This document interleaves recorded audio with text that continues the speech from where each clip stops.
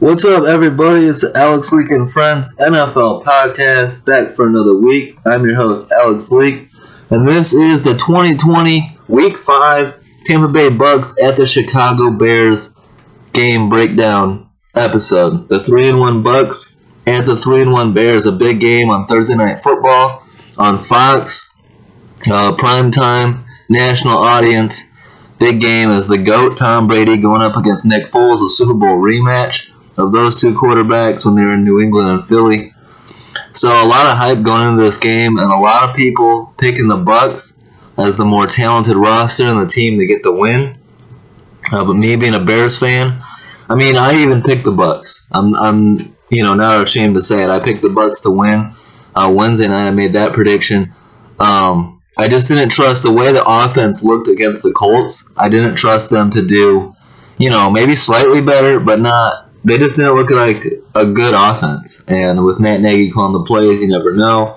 Nick Foles, streaky. You never know what you're going to get from him, whether it's the Colts game or the second half of the Falcons game. So a lot of questions going into this Thursday night game. Week 5, kicking off the week 5 of the NFL.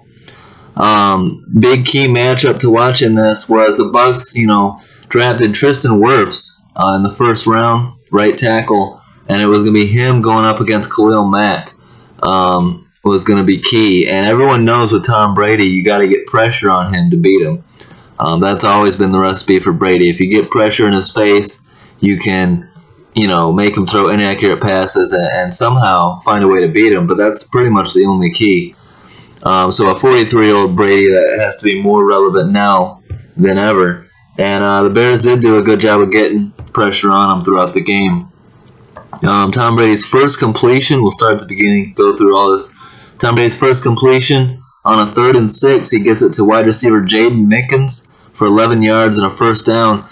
The Bucs, without a decent amount of weapons. No Chris Godwin tonight. Mike Evans playing through an injury. He was questionable coming in, fought through it, but playing through an injury.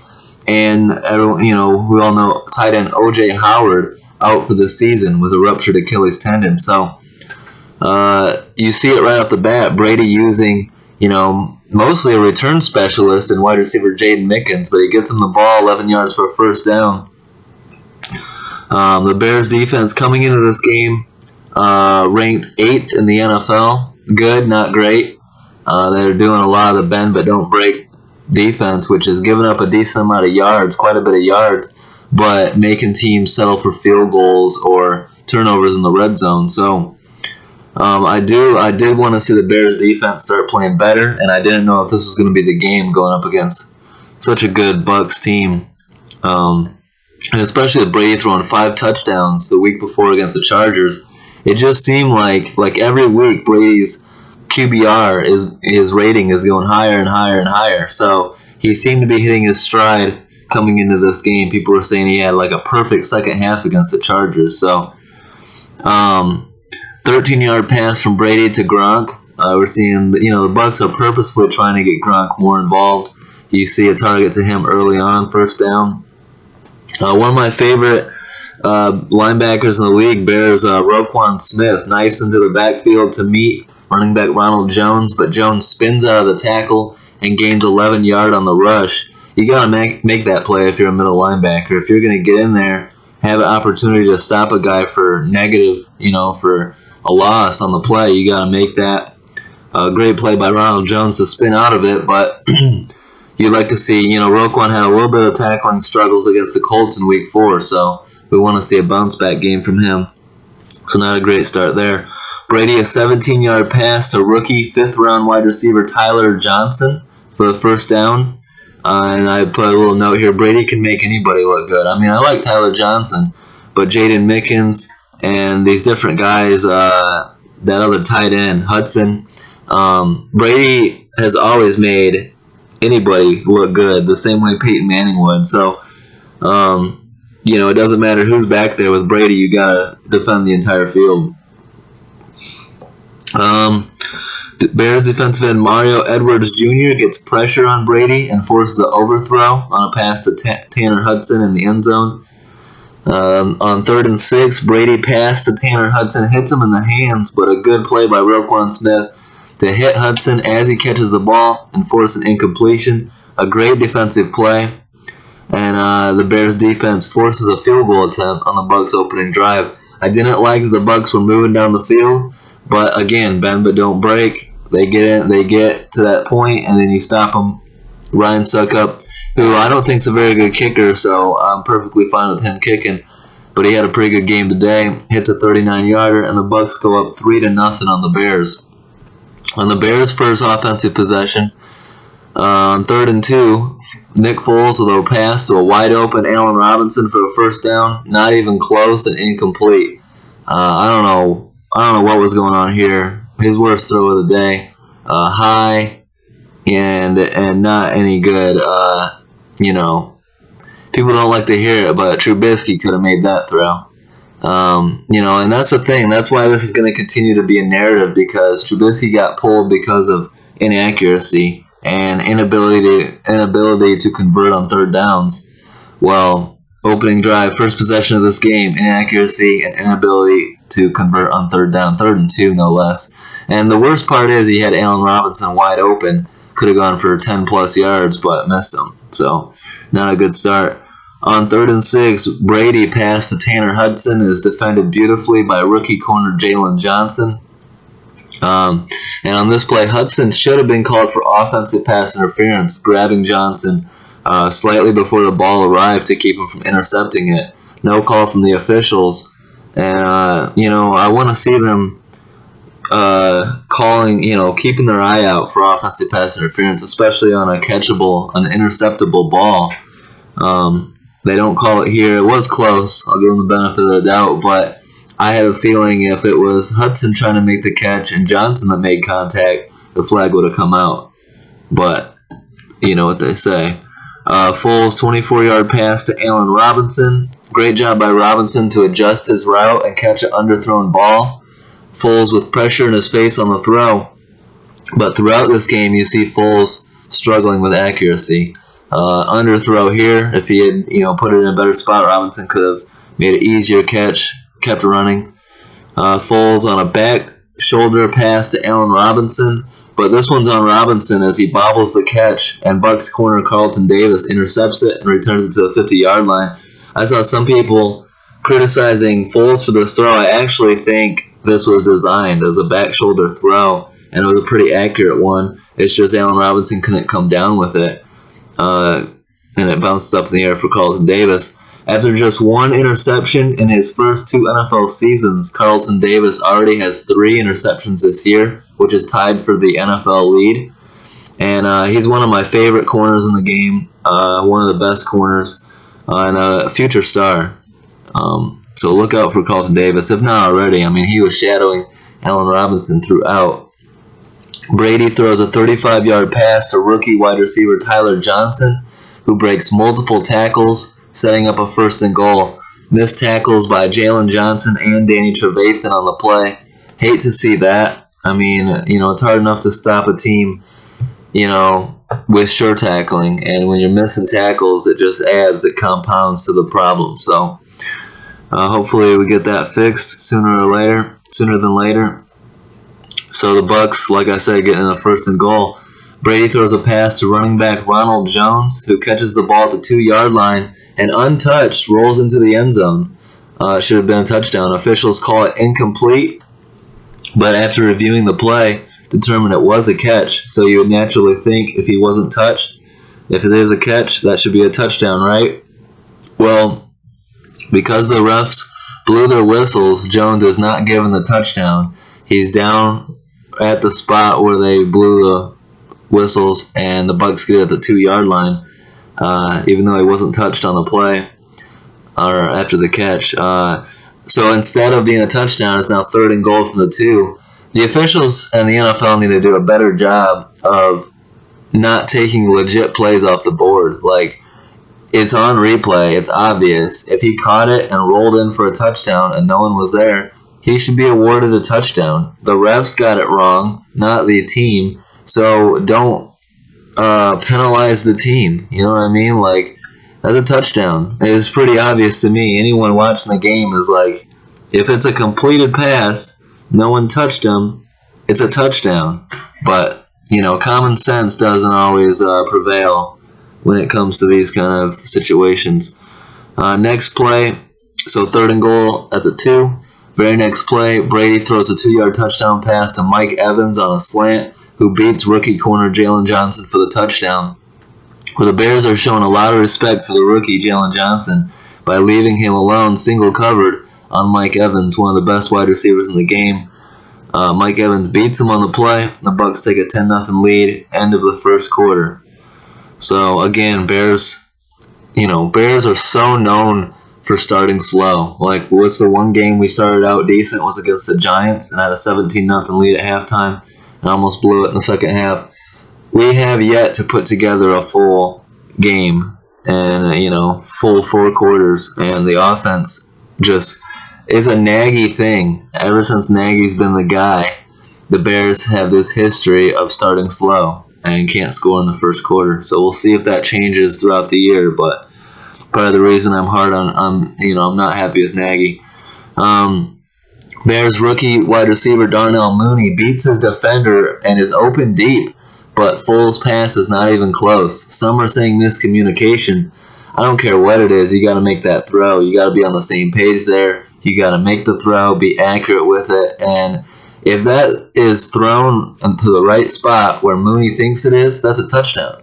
He beat the defender. It was a great, very impressive route by the rookie, beating Carlton Davis on the play. But whether it's miscommunication or a bad throw, it wasn't anywhere close. And either way is unacceptable. So, you know what they say. On 3rd and 6, Foles' pass to a covered Allen Robinson is behind him and still broken up by Bucs rookie safety Antoine Winfield Jr. It was pretty obvious early on, going into the second quarter, that Foles was not sharp in this one. So, take it how you want.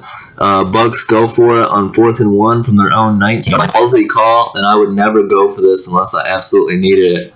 Disrespectful to the Bears defense. Brady quarterback sneak, barely picks it up, but they do get the first down. I don't know why, but Brady's been so effective with that quarterback sneak throughout his career, and that's probably why Tampa Bay felt confident in just running the QB sneak, trusting Brady there. But as a Bears defense, as a fan of the Bears, I want to see the defense make that stop and make the Bucs pay for their aggressiveness and greediness. Every team in the NFL should be punting it on 4th and 1 from their own 19-yard line. You can say what you want about analytics or statistics, say you should go for it here. I say, what's the risk-reward? The reward is a first down at the 20, or the risk is giving them their ball at the 19, at your 19. No, thank you. I'm not going to put my defense in that position. You can do what you want. Running back Ronald Jones bounces off another Roquan Smith hit and runs for a first down. Roquan, I'm not trying to drag Roquan because he's one of my favorite linebackers in football, but you have to wrap up these tackles. That's twice early in this game. He made a good play earlier on Tanner Hudson, so I'll give him credit there, but you got to wrap up on these tackles. For whatever reason, he was struggling early on. Pass interference call on rookie corner Jalen Johnson while defending Bucs wide receiver Cyril Grayson. A rookie mistake. He'll learn from these. The thing I like about Jalen Johnson so far is he seems to have incredible confidence and a short-term memory. Like he will make a rookie mistake and fuck up like all rookies do at some point, and he won't dwell on it or hang his head. He'll bounce right back the next play. He'll get a pat on the back from Eddie Jackson or Kyle Fuller, one of these guys, and he'll come right back. And for the most part, so far in his NFL career, he comes back and makes an impact play, makes a big play. So I'm very high on Jalen Johnson and his potential in the NFL. Big stop by the Bears defense, holding the Bucs to another field goal attempt. The bend but don't break defense steps up and keeps it a 2-score game. I commented this when it was happening, that drive. I was like, you can allow 3 here. You can, because it keeps it a 2-score game. You cannot allow a touchdown here, because then you're down 17-0, and you're looking at another one of those big, needing a big second-half comeback. like against the Falcons or the Lions, and these Bucs are not the Falcons and Lions. Suckup makes a 35-yard field goal, and it's 13-0 Bucs, but that's a win for the defense. You survive a rookie mistake on the pass interference, and you hold them to 3. I can live with that. I really can. Bend but don't break. Keep it a 2-possession game. On 3rd and 7, Bucs linebacker Shaq Barrett blows by Bears right tackle Bobby Massey, gets immediate pressure on Foles, who flips it out to his safety valve, David Montgomery, and Montgomery picks up 12 yards on the play for a first down. Huge play to extend the drive, and that's one thing I'll give Nick Foles credit for. His accuracy isn't that impressive, but his instincts and pocket awareness seem a lot better than Trubisky's. Trubisky's a lot younger. Foles has been doing it. He's a veteran, former Super Bowl MVP. But it's like he can feel it. He's not even looking. He can feel pressure coming on from his blind side. And there's like a sense to know to get rid of the ball. I don't know how many times we saw Trubisky hang on to the ball there, not feel that pressure, and take a sack, take a strip sack, a fumble there. So, smart play by Foles here to get rid of the ball on 3rd and 7 and get the first down. Real heads-up play there. Foles pass to Cordell Patterson out of the backfield, beats his defender, and gains 25 yards, setting up 1st and goal. As bad as Nick Foles started up to this drive, on this drive he's 7 for 7, and I love this play to Cordell Patterson out of the backfield. I run this on Madden all the time, where shotgun, running back right next to you out of shotgun, the running back takes off on as a receiving route and gets past the linebacker or uncovered, either way. I like feeding the back out of the backfield there with room to run. Gives them space, and running backs are great at breaking tackles and all that. So good job by Cordell and Foles here. Very heads-up play by Foles on the play before and on this one. Montgomery rushes for a 3-yard touchdown and cuts the Bucs lead down to 13-7. That is the Bears' first rushing touchdown of the season, coming in Week 5. But so Nagy calls a pass on first down, 1st and goal, incomplete. I think that he noticed then that everyone looks like they're covered, like the Bucs are playing the pass here. So he decides to give Montgomery a chance, which I've been asking. That's all I've been asking for all since 2019, all year and this year, is feed David Montgomery. Here he gives him a shot, 3-yard touchdown. First rushing touchdown of the season. That's nice to see. And I'm going to keep tweeting that hashtag feed Montgomery, because we got to get that shit trending. Brady throw to rookie running back Keyshawn Vaughn, and he's hit hard by Kyle Fuller in the chest, dislodging the football, and the ball's recovered by Bears linebacker Robert Quinn. And I knew it was coming. It was a late, but there comes the flag after the recovery. And, I knew it was coming because I've seen this time and time and time again and bitched about it time and time again. The flag is for unnecessary roughness or targeting, helmet-to-helmet contact. But the officials get together, and to their credit, after talking it out, they pick up the flag and say it was clean, which it absolutely was on replay. Textbook. That's teaching tape. That's what coaches will show you to say, this is how we want you to hit people. And this is clean, no contact to the head, shoulder to chest, and dislodges the football. You don't see very many hits like this anymore. This is an outstanding play by Kyle Fuller. You can't ask for much better. After reviewing it, they say it's a fumble, a catch and fumble. And that's what I thought it was live, to be honest. I was like, catch, hit, fumble. That he made a football move, and on replay it was obvious. Mike Pereira, wanted to call it incomplete. I don't understand. I think he's just sticking up for. He thought it was going to stand, and so he was sticking up for the NFL officials here. But come on now, that was obviously a catch, turn. He even tucked the ball. He even caught it, turned and tucked the ball, and then got hit. It took like 3 steps in the process. I don't see how anyone can say that's not a catch and fumble. Great play again by Kyle Fuller. And this is my problem with how the NFL rules are currently set up. We got to make these hits reviewable, because way too many times the defender is getting punished because the refs can't see it, can't see if the hit was legal or not in live speed, and you couldn't tell in live speed. I mean, I thought it was clean, but you can't tell live. You can't ask these officials to know live. They see a hard hit and a guy go down on his back, and they throw the flag thinking it's helmet-to-helmet contact. They don't know. They really don't. And this is why we need the NFL to adopt the NCAA type officiating here, where any hard hits, unnecessary roughness, targeting is automatically reviewable, where they can go look at it, and in college you kick a guy out one way or the other. In the NFL, just get the call right, man. I don't understand why it's that hard. I want to see these calls right, and I'm tired of seeing, it's hard enough to play defense in today's NFL. All the rules are slanted to the offense. So then we're asking these defenders to pretty much play perfect, right?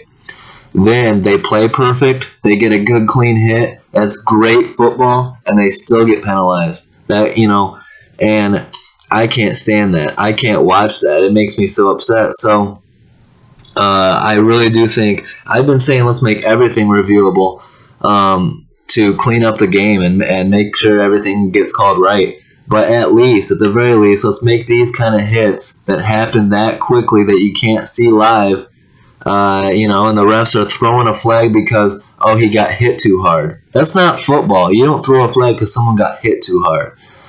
So I just want to make sure that we're going to start getting these calls right in the future. So let's make these reviewable, because in slow motion you can tell a lot better if someone gets hit in the head or not. Whether, even for safety, what if there's a hit and someone gets hit in the head, obviously on replay, but they didn't see it live? Then you can stop the play, see it, and penalize them or get the guy off the field. I mean, that, to me, going to replay is a player safety thing as well. So we'll see. I'm rant over on that one, but excellent play. I was so pumped when Kyle Fuller made this play. This is old school NFL. This is but it was clean at the same time. I haven't seen a hit like this in a while, where he just times it up, lays him out, dislodges the ball for a catch and fumble, and it stands, and it was clean. So it was a credit to the officials on this one, because they got it right. Usually 95% of the time they're going to get that one wrong. They're going to err on the side of caution and call unnecessary roughness on it. So kudos to NFL refs on this play. That, in my opinion, that was a game-changing play, a tone-setting play, and major impact, because it gives the ball right back to the Bears on the Bucs' 27-yard line after just scoring a touchdown. So the momentum shift on this play is huge. And now the offense takes over, and it's a great opportunity to get a touchdown and take the lead before halftime, knowing our offense will most likely settle for a field goal. Foles pass to Jimmy Graham in the end zone, hits him in the hands, but a great defensive play made by Bucs corner Jamel Dean to knock it loose as he's going out of bounds. Good, correct call there, incomplete. It was moving as he steps out. If he had caught it without getting hit, that's a touchdown, but excellent play by Jamel Dean. On 3rd and 3, Foles pass to Cordell Patterson, picks up 9 yards and gets the Bears into the red zone. And then Foles throws a 12-yard touchdown pass to Jimmy Graham, who makes a spectacular one-handed catch in the end zone. And the Bears take a 14-13 halftime lead to end the first half. This is maybe the best catch I've seen Jimmy Graham make. It was one of the best catches I've seen in a while, because the defender's on him, holding his other arm, so he can't put it up. So the one-handed catch is necessary, unlike Green Bay and Philly last year, where he put one hand up for no reason and dropped it. This is necessary. The defender's on him. He just puts his big paw up there and one-hands it for a touchdown. So sick. Excellent play by Jimmy Graham. He made me a fan on that play right there. I didn't like the addition. I didn't like the signing of Jimmy Graham at first. I wanted Eric Ebron, but I'm a Graham fan now just because of that right there. So Bears take a 14-13 halftime lead after most would say a very poor first half for most of it, but 2 big plays, and you're right back in it. Or, you know what they say.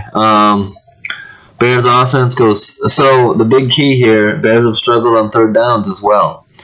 When I see a team struggle in the first quarter and the third quarter, who do I blame? Coaching. I blame coaching. Coaching is supposed to have you ready to go. Coaching is supposed to get you fired up, have plays in mind to get off to a hot start. For whatever reason, it's like the players, the roster, has to deal with the poor coaching and struggles for the first and third quarter, and they only get going in the second and fourth when the coaching isn't as big of a deal and they're just kind of winging it. They can get into a groove. It's like Matt Nagy's holding the offense back. I mean, people are going to not, there's some people that really disagree with me and are really high on Matt Nagy. I just am not. I'm sorry. I just am not. I haven't been for a while. I think he holds the roster back. I think this is a talented roster, and for whatever reason, he holds them back. I mean, the Bears offense to start the second half, right? Another example. Nope. No points in the first quarter. We've always struggled in the third quarter. We start the third quarter with momentum, clear momentum, and a 1-point lead, and the Bears offense goes 3 and out. Rookie Cole Kmet's holding penalty, along with Matt Nagy's passive screens and shit play calling, leads to 3rd and 17 and then a punt. 3rd and 17 is so unmanageable. You can point to the Cole Kmet holding penalty, but I point to the stupid play calls, that started it all. The first play is a loss of 1, and I just don't like it. 3rd and 17, unmanageable down, and then a punt. The Bucs get it, and their first offensive play of the second half is Ronald Jones rushing for 37 yards. The Bears' run D has been a little bit of an issue this year, and that needs to clean up. So that doesn't make me happy right there. All that work to take momentum into the first half, and then the Bucs seem to steal it right off the bat. Star linebacker Khalil Mack beats rookie right tackle Tristan Wirfs and gets a sack on Tom Brady for a loss of 7 yards. Then with Wirfs still blocking Mack after the sack, Mack with one arm throws 320-pound Wirfs to the ground. Welcome to the NFL, rookie. Incredible strength. This is why Khalil Mack is a monster for that. I mean, we've seen time and time again him with one arm push over an offensive lineman, whether against the Lions or against the Vikings. And those were both in 2018, and a lot of people were like, we haven't seen that Mack in a while. And he was hurt. And this is supposed to be the first time that he's feeling 100% again. And you see it. When Khalil Mack is healthy and 100%, he is throwing these 300-plus pound offensive linemen around. The strength is incredible. The only 2 players that I've ever seen do that to O-linemen with my own eyes since I've been watching football, going back to the mid-90s, is Khalil Mack and Reggie White. Those are the only 2. So that puts Mack in some pretty incredible company, and it's nice to see. As a football fan, as a fan of defense, as a fan of Reggie White's, he was a monster, and that's old school football, but it's nice to see Khalil Mack bringing that old school football to today's NFL. So sick. A block in the back penalty called on Bucs tight end Rob Gronkowski forces 2nd and 27, and the Bucs offense unable to overcome the bad down in yardage. Some people say that was a bad penalty. That was an obvious block in the back. That's the reason why Kyle Fuller missed the guy in the first place. If he doesn't get pushed in the back, that's a tackle for a loss of yards. I think it was CBS Sports. Jonathan Jones was complaining about that penalty. Come on now, that was a good call. Ryan Suckup drills a 46-yard field goal, and the Bucs retake a 16-14 lead, all pretty much based on that 37-yard run by Ronald Jones. Bears starting left guard James Daniels out for the rest of the game, suffers a torn pectoral, and is out for the season. So a big loss there for the Bears. James Daniels had missed just 1 snap since the start of the 2019 season. Now he's going to miss the rest of the year. Backup left guard Alex Bars comes in as replacement and immediately allows a sack to defensive tackle Vita Vea, forcing the Bears into 3rd and 18, and the Bears' second straight 3-and-out to start the second half. Unable to carry the momentum over, and Nagy's play calling way too passive to start the third quarter. Bears linebacker James Waters comes unblocked to sack Tom Brady, forcing a 3rd and 15, a rookie mistake by Tristan Wirfs. He's had quite a few of those in this game. Brady, pressured in the pocket, avoids the rush and throws a floater pass to tight end Cameron Brate for first down. Vintage Brady here, and Brate gets behind the safety DeAndre Houston Carson on the play. Gets the first down. This play pissed me off because I thought that we could get Brady down for a sack. He's able to avoid it, and a real nice touch pass to Cameron Brate.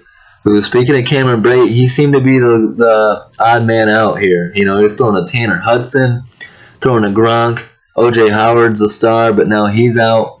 Look for Cameron Brate to really become a big part of this offense going forward. I can see Brady and Brate really being on the same page. Khalil Mack gets to Brady once again, and as the whistle is blowing, Mack finishes the sack by slamming Brady to the ground, and the ref immediately throws a flag, which, you know, it's like, come on, man. It's a stupid, like, in the grasp, blowing the whistle, but it was so close to Mack finishing the sack and the whistle blowing. And dumbass Brady gets up and stands over Mack and is yelling at him. Like what? Brady, you come from the era where you had to finish the sack. You had to finish the tackle and you got hit hard. Let's not act like you're above getting hit hard now. You know, you're yelling at him. He was finishing the play. Come on now. There's no way that's dirty. And my question is this. Why are we penalizing Mack for that hit and not penalizing Brady for taunting? You know, standing over Mack, yelling at him. Come on now. You're going to defend Brady and then allow him to do that on top of it? Playing favorites, in my opinion. I hate to see the NFL officiating doing that. It's like, we must protect the golden boy quarterback. Bucs center Ryan Jensen flagged for unsportsmanlike conduct, setting up 2nd and 34 as the Bucs offensive line's 6th penalty of the game. On 3rd and 27, Brady takes a deep shot to Mike Evans, but unable to hook up, and the ball falls incomplete. Brady was heated after this play and seen yelling at his O-line on the sidelines, saying step the hell up and unacceptable. That'll end the third quarter with the Bucs up 16-14, but Brady not happy and seeming to take a lot of pressure here in the second half. Start of the fourth quarter, on 2nd and 6, a Foles pass to running back David Montgomery is behind him. Montgomery makes the catch but falls in the process for a 4-yard gain. Had this been a more accurate ball from Foles, with Montgomery running towards the first down line, if he hits him in stride, Montgomery could catch the ball, keep running, easily pick up the first down if not more.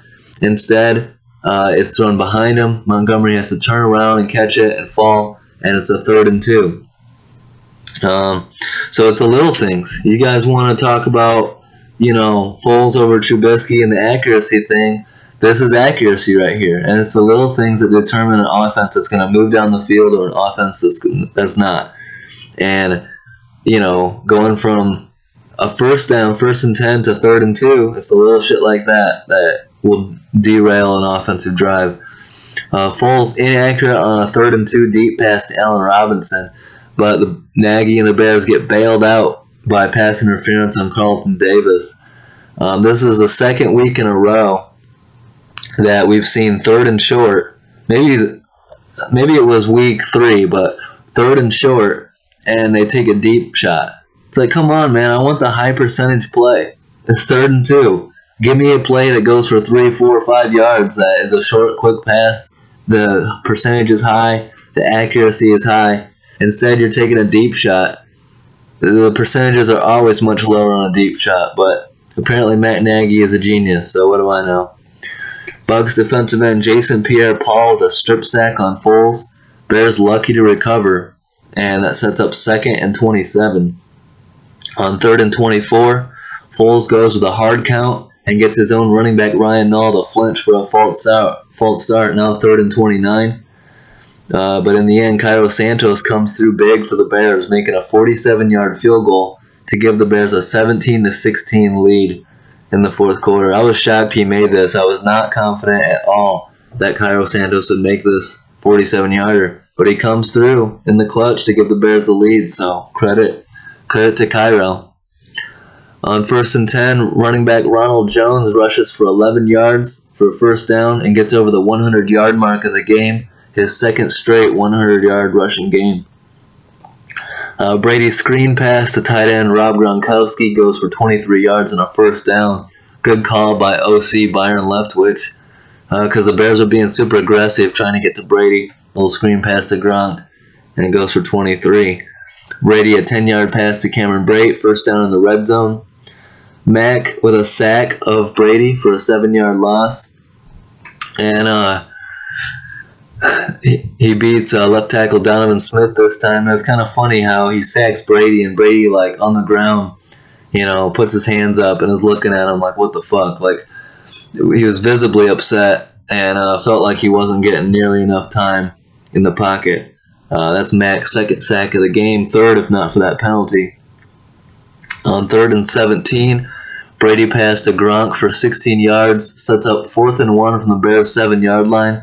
Head coach Bruce Arians decides to kick the field goal and take the lead with 5 minutes left in the game instead of going for it here. Analytics crowd and people are going to say, the percentages say to go for it.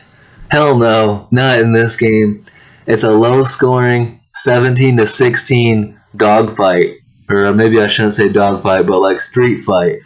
And with 5 minutes left in the game, you want to risk it all on a 4th and 1? Hell no. You kick the field goal, you take the lead, and you put the pressure on your opponent. Whoever is saying go for it on 4th and 1 doesn't know enough about football, I don't think. They're too caught up in the math of it instead of just playing the game. So it is what it is. I'm all about coaching smart. I don't want to hurt myself. If I'm going to lose, it's because the other team did it to me. I'm not going to lose because I did it to myself. You know what I'm saying?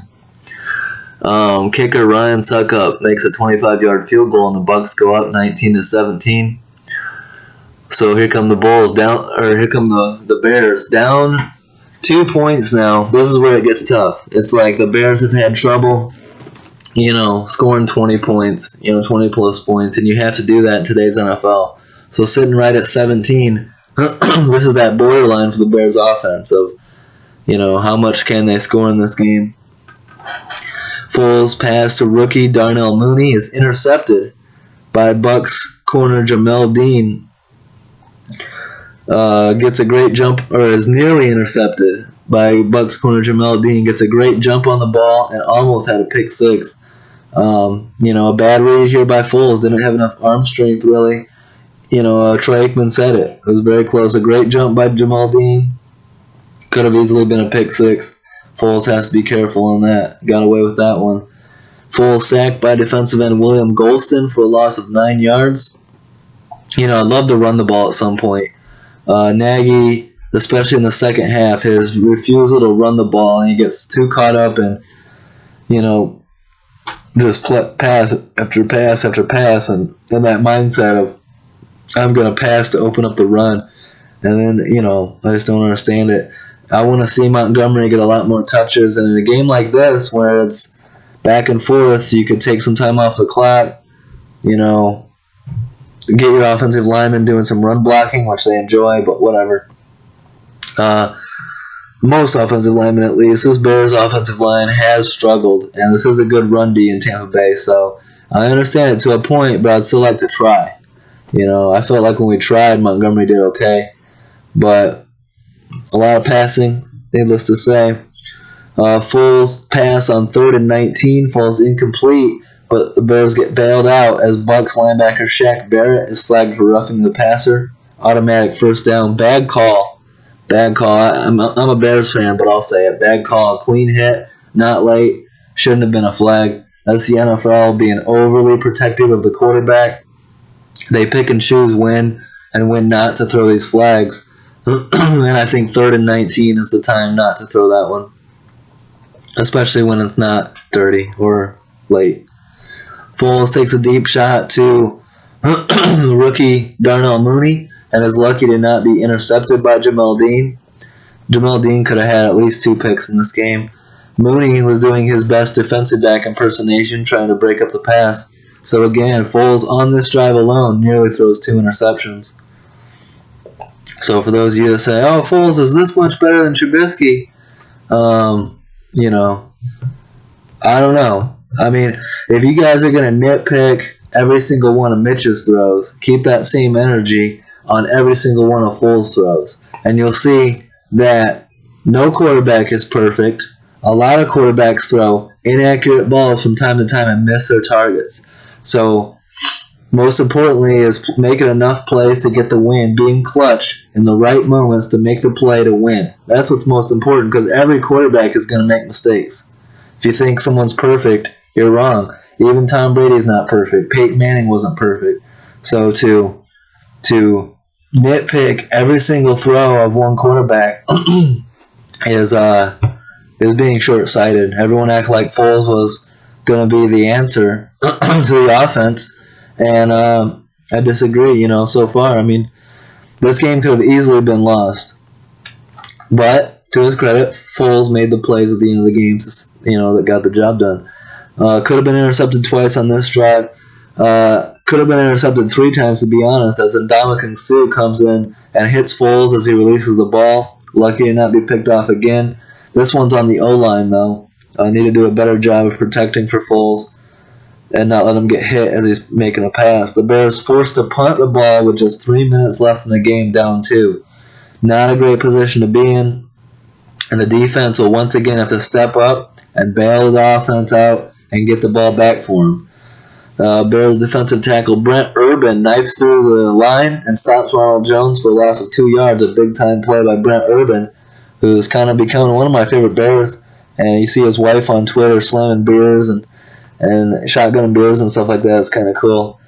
So Brent Urban, he's like rocking out after he made the play and dancing and stuff. I kind of like it. I like what Brent Urban was bringing. We need some swag to that defense. We need some more. Like, the more the better, because we're going to need it.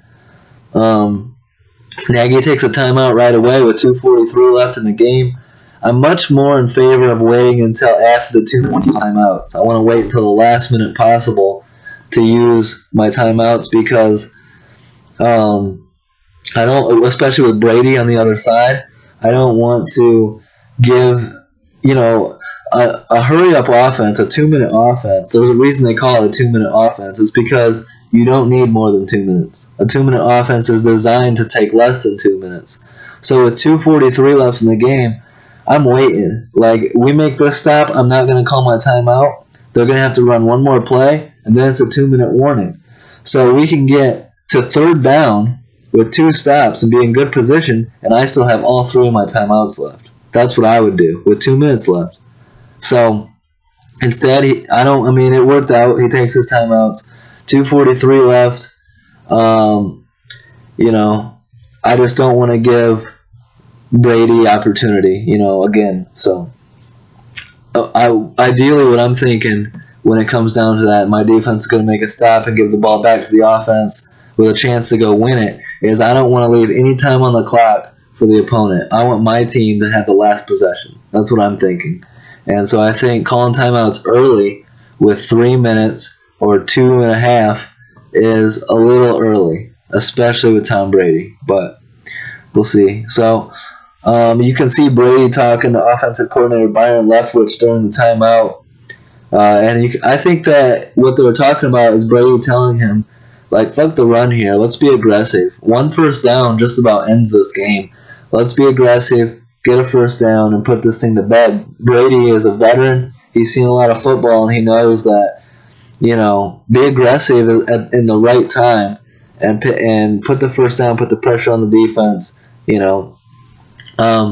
So the Bucs elect to pass the ball on 2nd and 12, but pressure from defensive tackle Bilal Nichols forces a Brady incompletion, which, to our benefit, stops the clock and forces a 3rd and long.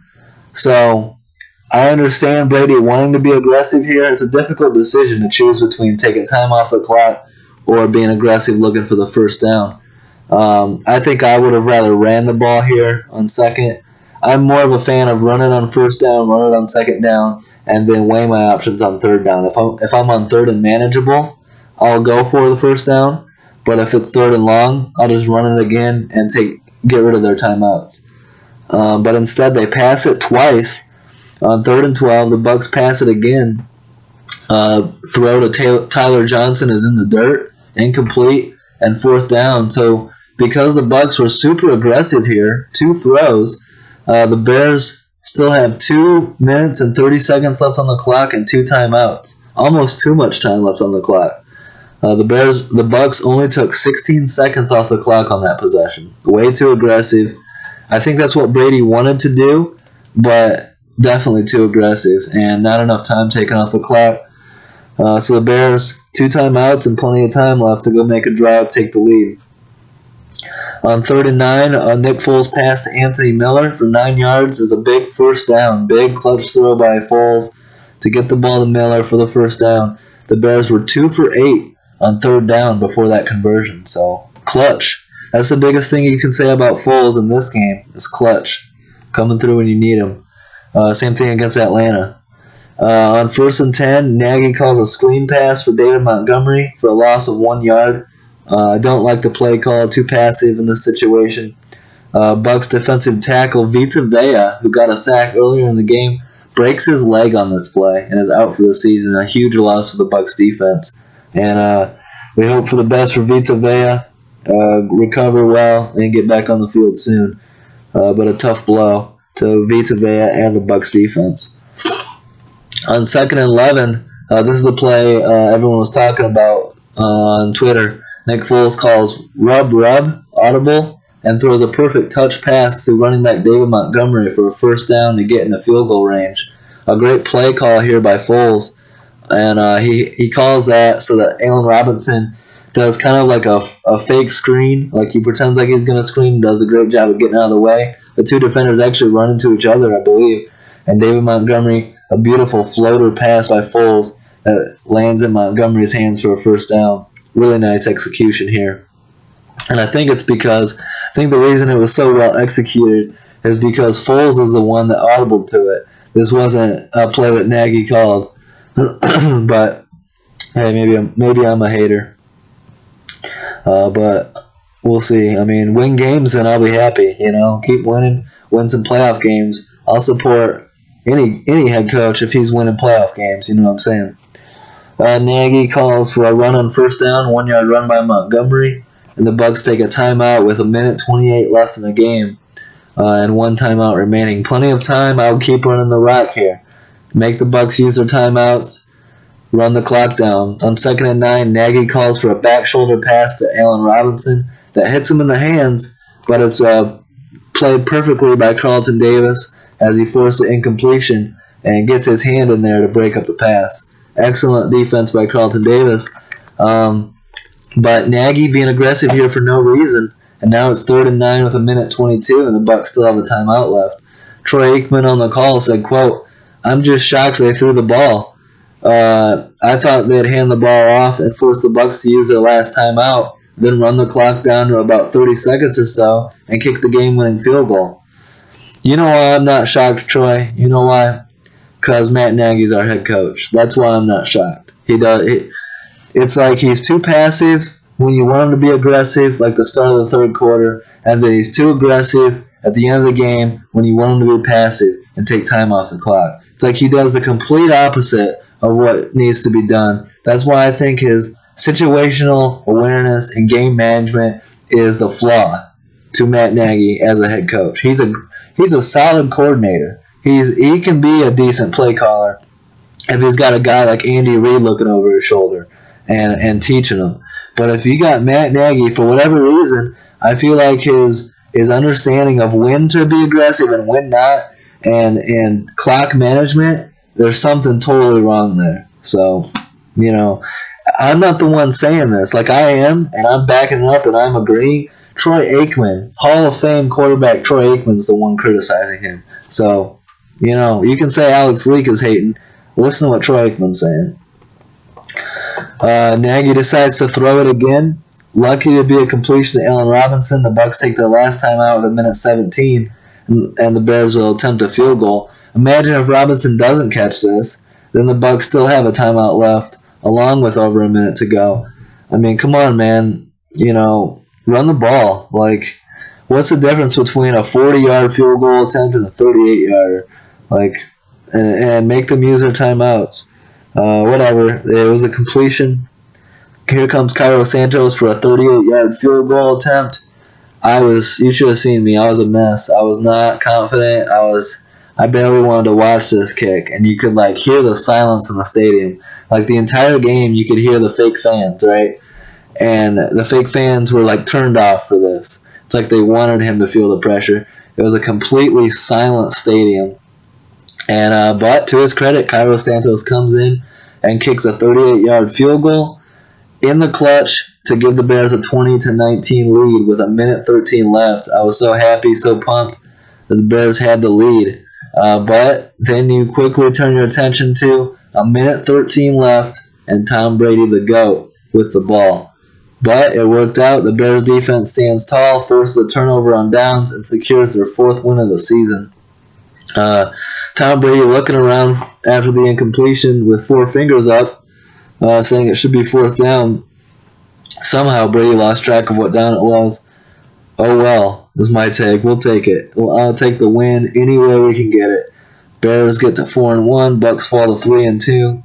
The Bears get a big 20-19 win over Tampa Bay in prime time on Thursday night. So now, as a Bears fan, we can sit back, be happy, and watch football the rest of the weekend, knowing that we're 4-1.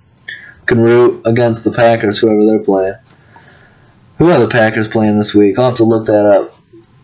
But let's look at the Bears stats. Well, first, now it's bothering me. I want to see who Green Bay's playing this week.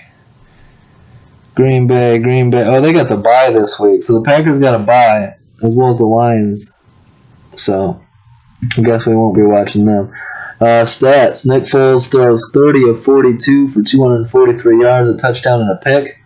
The stats a little deceiving. I think that Foles had a below-average game, honestly. I don't think that Foles had a very good game. But to his credit, he came through in the clutch with some big plays. So I'll allow it. I don't care. If you have a bad quarterbacking game, it happens. It happens to anybody. Just get the win. And I thought that, the stats make him look like he had a better game.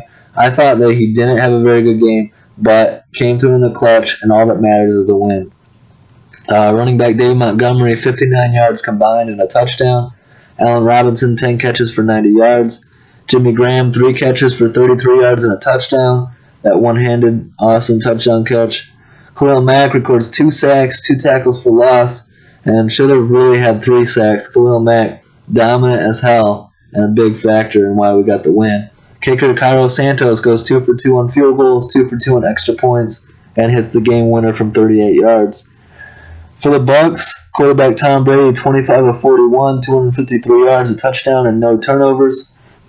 Ronald Jones combines for 125 yards. Second straight 100-yard rushing game. So Ronald Jones, a key to watch. I think keeping Ronald Jones going 100-plus yards is a key for Tampa Bay going forward. Mike Evans, 5 catches for 41 yards and a touchdown. Carlton Davis, 7 tackles, 2 pass breakups and a pick. And Ryan Suckup goes 4 for 4 on field goals, 1 for 1 on extra points. The Bears improved to 4-1, and in Week 6 they will go to Carolina to take on the now 2-2 Panthers. So a big game in Week 6 on the road, and the Bears will be going up against Teddy Bridgewater, who beat them last year as a member of the Saints. So they'll look to get revenge against Bridgewater and the Panthers. So a big game there, chance to get to 5-1 in the season. For the Bucs, they fall to 3-2, and in Week 6 they will host the 4-0 Packers. So that's going to be a big game, Week 6, and I'm gonna be rooting for Tampa Bay hard to give the Packers their first loss of the year. So hope you guys enjoyed this episode. Don't forget to like, subscribe, leave a comment. We got a big episode coming up here in Week 5 on Tuesday or Wednesday night. We got a big guest coming on the show, so make sure to tune in for that. I appreciate the support. Tell your friends about the show, and have a great week, guys. Peace out.